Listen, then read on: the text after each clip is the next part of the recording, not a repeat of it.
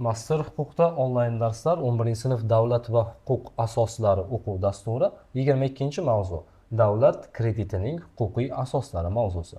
Ushbu mavzuda davlat krediti tushunchasi va davlat qarzi haqida gaplashamiz.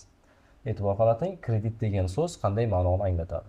Kredit lotin tilidan olingan so'z hisoblanar ekan, demak pul yoki tovarlarni odatda foizlar to'lab qaytarish sharti bilan berish bo'lib, kreditor bilan qarz oluvchi o'rtasidagi iqtisodiy munosabatlarni ifodalaydigan tushuncha hisoblanar ekan. Demak, ma'lum bir vaqt mobaynida foizlar to'lab qaytarish bu kredit hisoblanar ekan. Qo'shimcha pul mablag'larini yaratish maqsadida davlat ularni jalb etishning ixtiyoriy usullarini qo'llashi mumkin. Shu asosda moliyaviy munosabatlarning maxsus tizimi, ya'ni davlat krediti vujudga keladi. Demak, qo'shimcha pul mablag'larini yaratish maqsadida davlat ularni jalb qilishning ixtiyoriy usullarini qo'llashi mumkin. Shu asosda moliyaviy munosabatlarning maxsus tizimi, ya'ni davlat krediti vujudga keladi.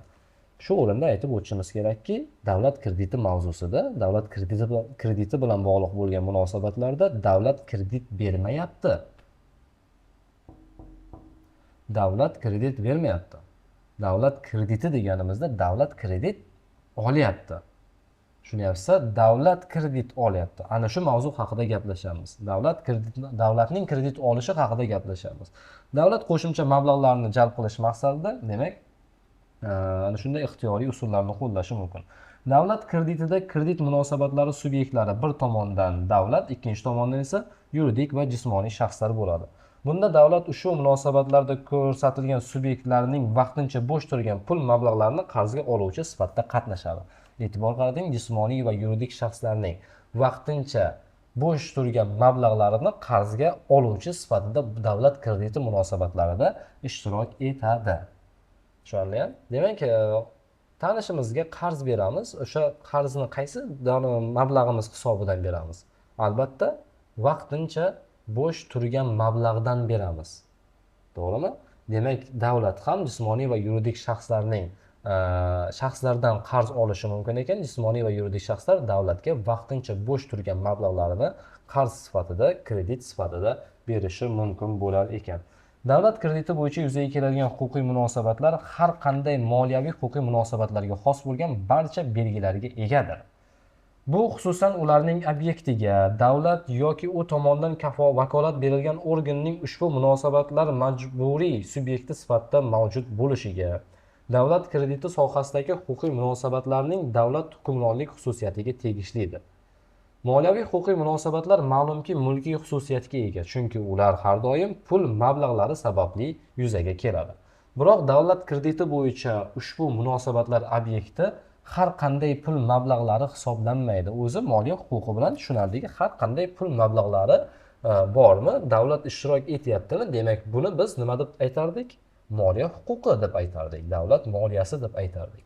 Lekin davlat krediti bilan bog'liq bo'lgan shunday holat bo'lyaptiki, e'tibor qaratadigan bo'lsak, hamma pullarni ham davlat krediti bilan bog'liq bo'lgan munosabatlarga kirita olmas ekanmiz. To'g'ri, bu ham moliyaviy munosabat, lekin barcha pullar bu munosabat tizimiga kirmaydi.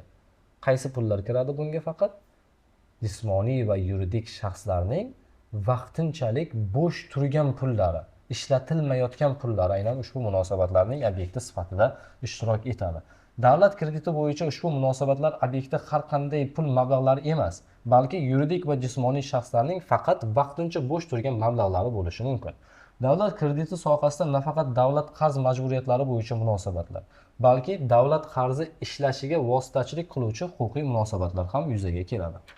Va ayrim e'tiborga oladigan jihatlarimiz: davlat krediti bu davlat tomonidan mamlakat ijtimoiy-iqtisodiy rivojlanishining eng muhim masalalari hamda byudjet tanqisligini qoplash uchun zarur bo'lgan qo'shimcha moliyaviy resurslarni yo'naltirish maqsadida yuridik va jismoniy shaxslarning bo'sh turgan mablag'larini qaytarishlik, muddatlilik, g'arazlilik va ixtiyoriylik prinsiplari asosan jalb etish bo'yicha moliya huquqi bilan tartibga solinadigan munosabatlar hisoblanadi. Kredit summasi qarzga beriladigan pul birligining hajmi hisoblanar ekan. Kredit mexanizmi deyilganda nima tushuniladi? Kredit munosabatlarini tashkil qilishda qo'llaniladigan elementlar majmuasi hisoblanar ekan.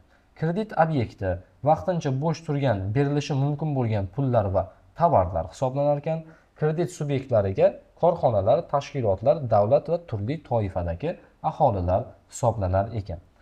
Xo'p, shu jihatlariga e'tibor qaratdik. Hukumat bilan Markaziy bank o'rtasida kelgusi moliya yilida kreditlashning ichki va tashqi manbalaridan qarz olish rejalari to'g'risida maslahatlashish vaqtida vujudga keladigan huquqiy munosabatlar.